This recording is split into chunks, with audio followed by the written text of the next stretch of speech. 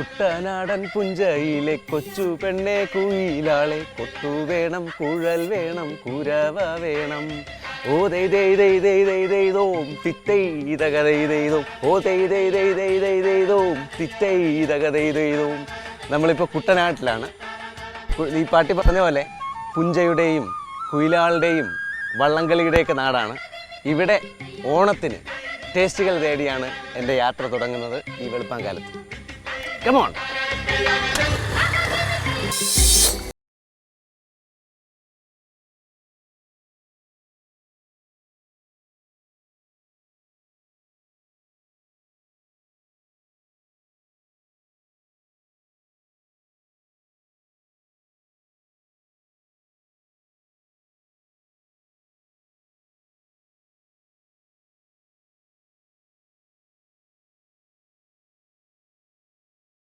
കുട്ടനാടൻ പുഞ്ചയിലെ കൊച്ചു പെണ്ണെ കുയിലാളെ കൊട്ടു വേണം കുഴൽ വേണം കുരവ വേണം ഓ ദൈ ദൈ ദൈ ദൈ ദൈ ദൈ ദൈ.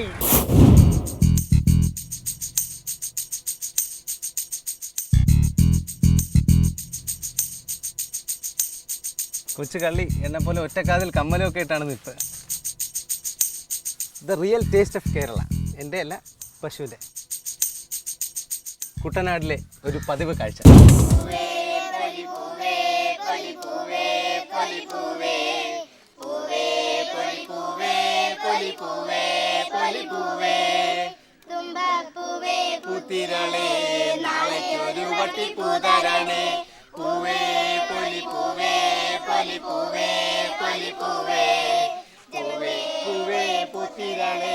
നാളേക്കൊരു വട്ടിപ്പൂതരണേ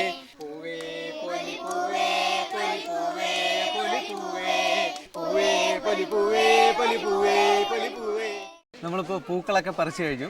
ഇനി നമ്മളെല്ലാവരും കൂടി ഒരുമിച്ച് അത്തപ്പൂക്കളം ഇടാൻ പോവുകയാണ്. സാധാരണ നമ്മൾ വീട്ടിലൊക്കെയാണ് അത്തപ്പൂക്കളം ഇടുന്നത്. ഇതിപ്പോൾ കണ്ടില്ലേ, ഒരു ആലിൻ്റെ ചുവട്ടിലാണ് നമ്മളെല്ലാവരും കൂടെ കൂടിയിട്ട് അത്തപ്പൂക്കളം ഇടാൻ പോകുന്നത്. നമ്മുടെ ഈ അത്തപ്പൂക്കളം ലീഡ് ചെയ്യുന്നത് ഈ കുട്ടികളുടെ ഗുരുനാഥയും പിന്നെ ഇവരുടെ ടീം ലീഡറും ഒക്കെ.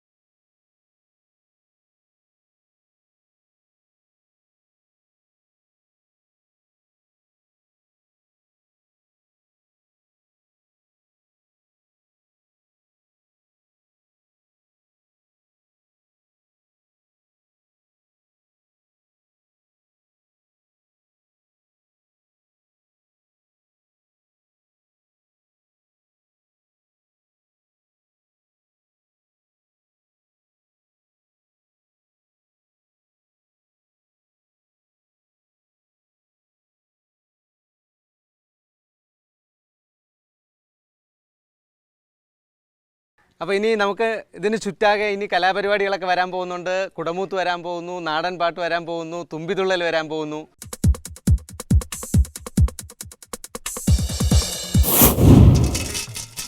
ഞാൻ ഈ കുടമായിട്ട് നിൽക്കുമ്പോൾ നിങ്ങൾക്ക് തോന്നും കഴിക്കാനുള്ള എന്തെങ്കിലും ആയിരിക്കുമെന്ന്. കഴിക്കാനുള്ള സാധനമല്ല. നമ്മൾ ഓണത്തിന് കുട്ടനാട്ടിലേക്ക് ടേസ്റ്റുകൾ തേടിയാണ് എത്തിയത്. പക്ഷേ ഇവിടെ എത്തിയപ്പോൾ കണ്ടത് അപൂർവമായ ഒരു കാഴ്ചയാണ്. ഒരു ഓണക്കളി, അപൂർവമായ ഒരു ഓണക്കളി, കുടമൂത്ത്. ഇത് അവതരിപ്പിക്കുന്നത് ശാന്തമ്മ ചേച്ചിയാണ്.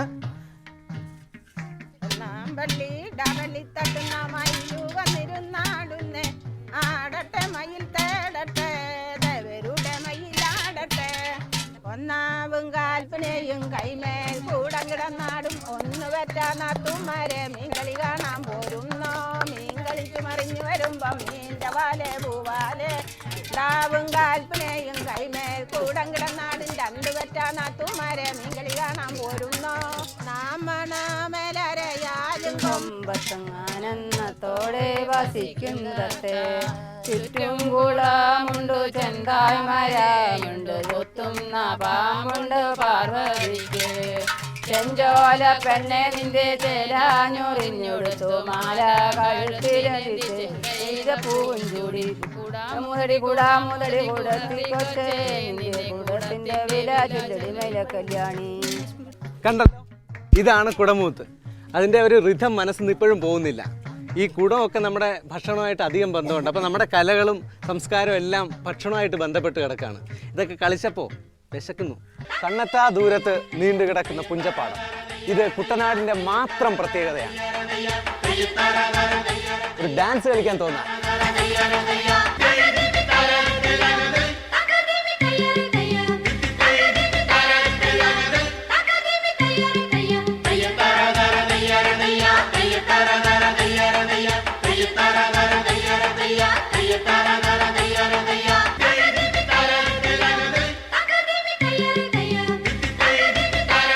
നമ്മളിപ്പോൾ നിൽക്കുന്നത് നെടുമുടിയിലാണ്. എൻ്റെ പിന്നിൽ കാണുന്നത് കൊടക്കാട് മഠം. ഇവിടെയാണ് നമ്മൾ ഇന്ന് ഓണസദ്യ ഉണ്ണുന്നത്. ഓണസദ്യ ഒരുക്കുന്നത് തൊട്ട് പിന്നിലാണ്. ഇന്ന് കുട്ടനാടിൽ നമുക്കായി ഓണസദ്യ ഒരുക്കുന്നത് കേരളത്തിലെ പ്രശസ്തനായ പാചക വിദഗ്ധൻ പഴയടം മോഹനൻ നമ്പൂതിരിയാണ്. അപ്പോൾ മോഹനേട്ടൻ 10 വർഷത്തിനുള്ളിൽ വലിയ വലിയ ഒരു 1000-ഓളം അല്ലേ 1000-ത്തിന് മുകളിൽ തന്നെ സദ്യകൾ ഒരുക്കിയിട്ടുണ്ട്. ആ സദ്യ കഴിച്ചതിൻ്റെ രുചി പലർക്കും നാവിൻ്റെ തുമ്പത്ത് നിന്ന് ഇതുവരെയും പോയിട്ടില്ല. അപ്പോൾ ആ രുചിയുടെ രഹസ്യങ്ങൾ നമുക്ക് മോഹനേട്ടനോട് ചോദിക്കാം.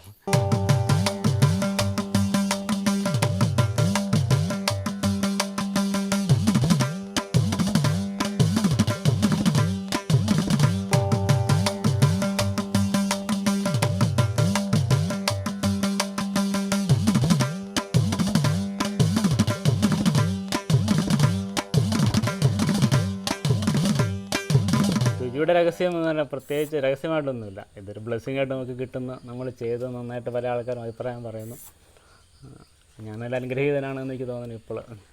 അപ്പോൾ ഇന്ന് എത്ര തരം കറികളാണ് ഉണ്ടാക്കുന്നത്? നമ്മുടെ ഒരു കേരളീയ സദ്യയുടെ രീതിയിലുള്ള എല്ലാ വിഭവങ്ങളും ഉണ്ട്. അതിൻ്റെ 22 ഐറ്റം വരും മൊത്തം. 22 ഐറ്റം. അപ്പോൾ 22 തരം ഡിഷുകളാണ് നമുക്കായിട്ട് ഉണ്ടാക്കാൻ പോകുന്നത്. നമുക്ക് കാണാം. ഇതിനകത്ത് എന്തൊക്കെയാണ് ചേർത്തിട്ടുള്ളത്? അവിയൽ കൂടാത്ത കഷ്ണങ്ങളില്ല. അപ്പോൾ എന്തും ആവാം. അപ്പോൾ നമ്മുടെ വെജിറ്റബിൾസ് എല്ലാം ആയി. അപ്പോൾ ഇനി ഇതിനകത്ത് എന്തൊക്കെയാണ് ചേർക്കുന്നത്? അവിയലിൻ്റെ ഒരു സ്പെഷ്യാലിറ്റി എന്ന് പറഞ്ഞാൽ എൻ്റെ ഒരു ഗോൾഡൻ യെല്ലോ കളറാണ്. ഞാൻ ആദ്യം മഞ്ഞപ്പൊടി ഇപ്പോൾ ഇതിൽ അവിയലിൽ കുറച്ച് കൂടുതലായിരിക്കും ചേർക്കുന്നത്. കുറച്ച് കൂടുതലാക്കും. കളറിന് മാത്രം ലേശം മുളക് പൊടി ചേർക്കാം. പിന്നെ ഉപ്പിടും. ഇത് എന്തിനാണ് ആവി പോവാതെ അടച്ചിടണം എന്ന് പറയുന്നത്? നമ്മളതിൽ വെള്ളം ഒഴിക്കുന്നില്ലല്ലോ. അപ്പോൾ ഈ ഇട്ടിരിക്കുന്ന കഷ്ണത്തിൽ വാടിയിട്ട് അതിൻ്റെ വെള്ളം കൊണ്ട് വേണം അത് വേവാൻ. ശരി. അപ്പോൾ ആവി പുറത്ത് പോയാൽ ആ വെള്ളം വരില്ല. വലിയ വെള്ളം ഒഴിക്കുന്നില്ല അല്ലേ? ഇല്ല. നല്ല കളർഫുള്ളാണ്.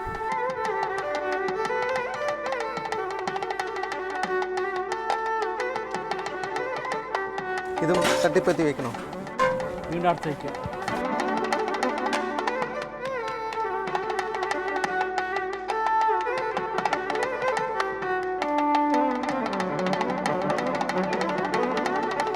രാവിലെ തുടങ്ങിയ പണിയാ, കംപ്ലീറ്റ് ക്ഷീണിച്ചു. പക്ഷേ ഇപ്പോൾ ഇത് എളുപ്പമുണ്ടെന്ന് വേണമെങ്കിൽ പറയാം. മുമ്പൊക്കെ സദ്യക്ക് ആൾക്കാർ ഒരു 6-7 പേര് മെനക്കെട്ടിരുന്ന് തേങ്ങ ചിരകണമായിരുന്നു. പക്ഷേ ഇപ്പോൾ കണ്ടോ, ഹൈടെക് സെറ്റപ്പാണ്. ഗ്രൈൻഡർ ചിരക. നാളികേരവും ജീരകവും കൂടെ ചേർത്ത് അരച്ച ഇത് ചേർത്ത് കഴിഞ്ഞു. ഇനിയിപ്പോൾ എന്താ ചെയ്യാൻ പോകുന്നത്? പച്ചക്കറിവേപ്പില അത് കൈകൊണ്ട് മണം വരാൻ വേണ്ടിയിട്ട് തിരുമ്മിയിടുക. നല്ലോണം മിക്സ് ചെയ്യണം. പ്രൊഫഷണൽ മിക്സിങ് ചെയ്യാൻ വേണ്ടി.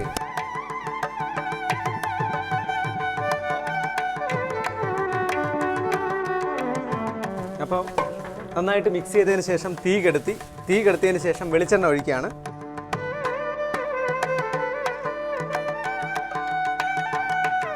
ഈ അവിയലിന് പിന്നിലൊരു കഥയുണ്ട്. മുമ്പ് പിശുക്കനായ ഒരു തറവാട്ടുകാരനവരുണ്ടായിരുന്നു. പിശുക്കൻ എന്ന് വെച്ചാൽ 6 പിശുക്കൻ. അപ്പോൾ അവിടെ ഒരു സദ്യ നടത്തി. അപ്പോൾ അതിൽ കറികൾക്ക് വേണ്ടിയിട്ട് അരിഞ്ഞു വെച്ച പച്ചക്കറിയിൽ ചിലതൊക്കെ ബാലൻസ് വന്നു, കുറേ സാധനം ബാലൻസ് വന്നു. അപ്പോൾ ഇയാൾ മഹാപിശുക്കനാണ്. അപ്പോൾ ഇതെന്തെങ്കിലും ചെയ്തേ പറ്റൂ. അപ്പോൾ ഇതെല്ലാം കൂടി മിക്സ് ചെയ്ത് പുള്ളി ഒരു കറി ഉണ്ടാക്കി. അതാണ് അവിയൽ. പക്ഷേ എന്ത് പറ്റിയെന്ന് വെച്ചാൽ അന്നത്തെ സദ്യക്ക് ഏറ്റവും ടേസ്റ്റുള്ള ഐറ്റം ഈ അവിയലായിരുന്നു. അങ്ങനെയാണ് ഈ അവിയൽ ഹിറ്റായത്.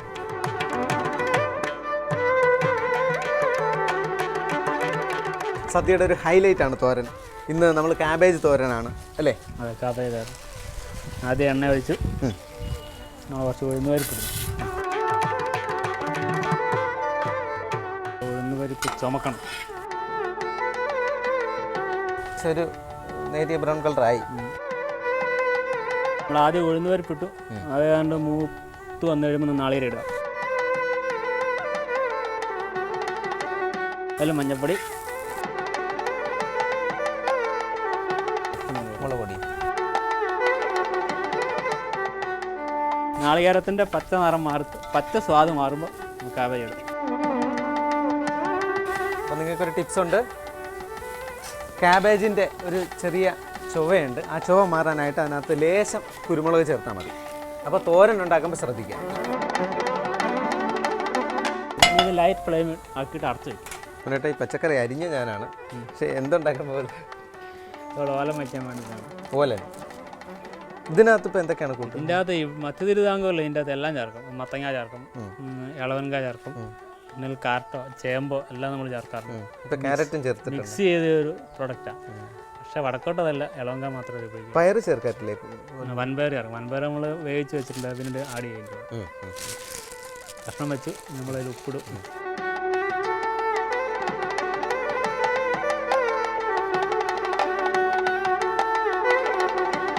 ഓലം വെന്തു അല്ലേ? ഓലം വെന്തിട്ടുണ്ട്. നമുക്ക് ഇനി ഒന്ന് യോജിപ്പിക്കണം. എല്ലാ കഷ്ണം കൊണ്ട് കൂടിയിട്ടേ നല്ലോണം ഒന്ന് ഇളക്കി ചേർത്ത് യോജിപ്പിക്കാം. ഇടിച്ച് മിക്സ് ചെയ്യണം. ഇനി ഇതിനകത്ത് വെളിച്ചെണ്ണ തേങ്ങാപ്പാലും ചേർത്ത്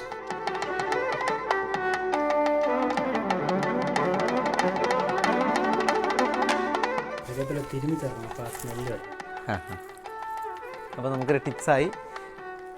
കറിവേപ്പിലയുടെ സ്മെല്ല് കൂടുതൽ കിട്ടാൻ വേണ്ടിയിട്ട് അതൊന്ന് തിരുമ്മി ചേർത്താൽ മതി. അപ്പോൾ നമ്മുടെ ഓലൻ റെഡി ആയിരിക്കുകയാണ്. പക്ഷേ ഓലൻ്റെ ഒരു പ്രത്യേകത, ഓലൻ എപ്പോഴും ചൂടോടുകൂടി തന്നെ കരുതണം എന്നാണ് അല്ലേ?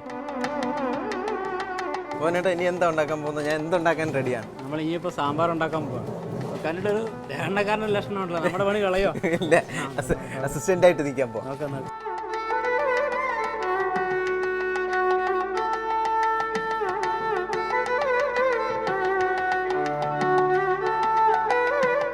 ഈ വെണ്ടക്കായ് പൊട്ടി ഒരു കുറി സാമ്പാർ എങ്ങനെ താളി പോലെ വരാതിരിക്കാൻ വേണ്ടിയിട്ട് എണ്ണയിൽ വഴറ്റിയിട്ട് വെക്കുന്നത് നല്ലതാണ്. എളുപ്പത്തിനായി ഞങ്ങൾ ഇതിലേക്ക് സാമ്പാർ പൊടി ചേർത്തിരിക്കുകയാണ്. അല്പം മല്ലിപ്പൊടിയും മുളക് പൊടിയും പുളിവെള്ളവും ചേർത്ത് നന്നായി തിളപ്പിക്കണം. ഇതിലേക്ക് വെന്ത പരിപ്പും ചേർത്തു.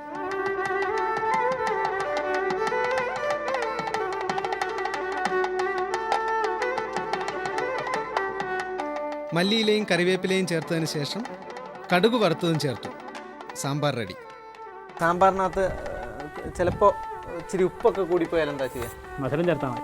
മധുരം, പഞ്ചസാര, ശർക്കര ഏതാണ് അതിനേക്കാൾ നല്ലത് ഉണക്കലരി വേവിച്ചിട്ട് അതൊരു ബോളാക്കിയിട്ട് അതിൻ്റെ ഉള്ളിൽ ഇട്ടിരുന്നാൽ മതി. അപ്പോൾ എല്ലാവരും ശ്രദ്ധിക്കുക. നിങ്ങൾക്കൊരു ടിപ്പുണ്ട്. ഈ കറികളിൽ പ്രത്യേകിച്ച് സാമ്പാറിലൊക്കെ ഉപ്പ് കൂടിക്കഴിഞ്ഞാൽ ഒരു പിടി ഉണക്കലരി വേവിച്ച് ഒരു ബോളാക്കി അതിനകത്തിട്ടാൽ മതി. ഉപ്പ് അതിനകത്ത് പിടിച്ചോളും. പുളിശ്ശേരി ഇതിൻ്റെ നമ്മൾ മെറ്റീരിയൽസ് ആയിട്ട് ഉപയോഗിച്ചിരിക്കുന്ന പഴമാണ്. കഷ്ണം പഴം, പച്ചമുളക്. പഴം പുളിശ്ശേരിയാണ്.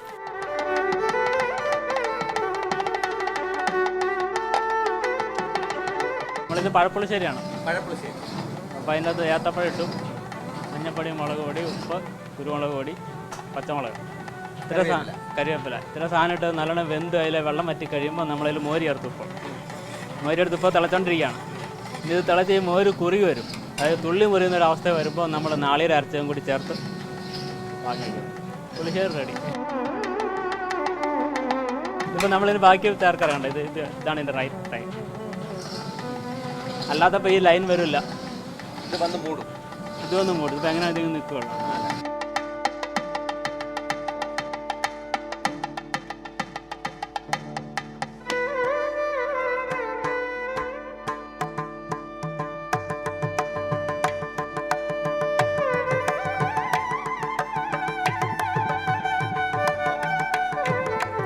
നമ്മുടെ പഴപ്പുളിശ്ശേരി റെഡി ആയിരിക്കുകയാണ്.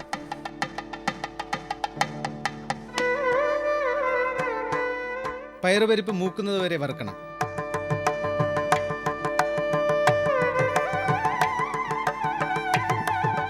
ആവശ്യത്തിന് വെള്ളവും ചേർത്ത് തിളപ്പിക്കണം. അപ്പോൾ ഇനി നമ്മൾ കാണാൻ പോകുന്നത് ചെറുപയർ പരിപ്പ് പായസമാണ്.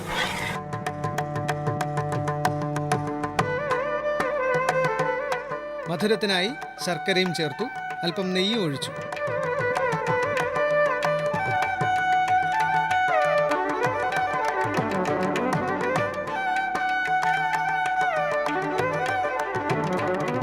നമ്മുടെ പരിപ്പ് വെന്ത് കഴിഞ്ഞു, അതിനകത്ത് ശർക്കര ചേർത്തു. ഇനി അത് വരട്ടിയിട്ടിരിക്കുകയാണ്. ഒരു ക്രീം പരുവത്തിന് എങ്ങനെ വരട്ടിയിട്ടിരിക്കുകയാണ്. വരട്ടി ഇപ്പോൾ നമ്മൾ തേങ്ങാപ്പാൽ ചേർക്കാൻ പാകത്തിന് റെഡിയാക്കിയിട്ടിരിക്കുകയാണ്. ഓക്കെ, വരട്ടിയിട്ടു അല്ലേ? വരട്ടിയിട്ടാണ് നമ്മൾ തേങ്ങാപ്പാൽ ചേർക്കണം. ആദ്യം 3-ാം പാൽ ചേർക്കണം.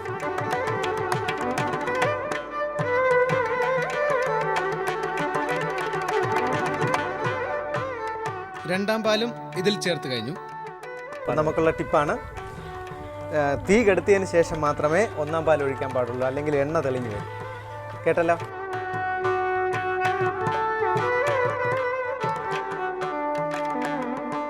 ഒന്നാം പാലും അണ്ടിപ്പരിപ്പും ചേർത്തു.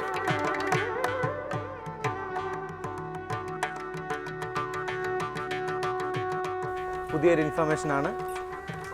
മുന്തിരിയുടെ ആസിഡ് ട്രീറ്റ്മെൻറ്റ് വഴിയാണ് അതിപ്പോൾ അങ്ങനെ പ്രിപ്പയർ ചെയ്യുന്നത്, ഉണക്കമുന്തിരി ഉണ്ടാക്കുന്നത്.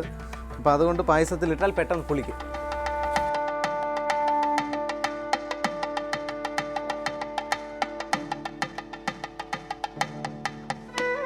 ഇതെന്താ ഉണ്ടാക്കുന്നത്? നാരങ്ങക്കറിയാണ്. നാരങ്ങ നമ്മൾ ആദ്യം കടുക് താളിക്കാന്ന് പറയും. നമ്മൾ ആദ്യം വറുത്തിട്ട് എല്ലാ മെറ്റീരിയലും ചേർത്തിട്ട് കടുക്,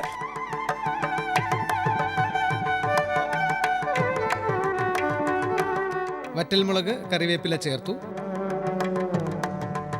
അരിഞ്ഞു വെച്ചിരിക്കുന്ന നാരങ്ങയും ആവശ്യത്തിന് അച്ചാർ പൊടിയും ചേർത്ത് ഇളക്കണം. രുചികരമായ നാരങ്ങ അച്ചാർ റെഡി. ഇല്ലത്തമ്മ കുളിച്ച് വരുമ്പോൾ വെള്ളിക്കിണ്ണം തുള്ളി തുള്ളി നിൽക്കുകയാണ്. അരിയിടാൻ പോകുന്നു.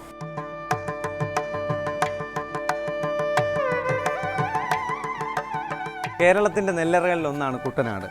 അപ്പോൾ ഏറ്റവും നല്ല അരി കിട്ടുന്നതും ഇവിടെ നിന്നാണ്. നമ്മുടെ സദ്യയൊക്കെ റെഡിയാണ്. പക്ഷേ മോഹനേട്ടൻ കഴിക്കാൻ നിൽക്കുന്നില്ല, അടുത്ത സ്ഥലത്ത് റെഡിയാക്കുന്നതിന് വേണ്ടി പോവുകയാണ്. ഞാൻ രുചികൾ തേടിയുള്ള യാത്രയാണെങ്കിൽ മോഹനേട്ടൻ രുചികൾ സൃഷ്ടിക്കാനുള്ള യാത്രയിലാണ്. അപ്പോൾ ഇത്രയും നേരം നമുക്ക് വേണ്ടി ഒരു സദ്യ ഒരുക്കിയതിനും അത് പ്രേക്ഷകരെ എന്നെയൊക്കെ പഠിപ്പിച്ചതിനും എന്നെ അസിസ്റ്റൻ്റൊക്കെ ആക്കിയതിനും മോഹനേട്ടൻ ദക്ഷിണ വേറെ ഉണ്ട്. മോഹനേട്ടന് ഹൃദയം നിറഞ്ഞ നന്ദി.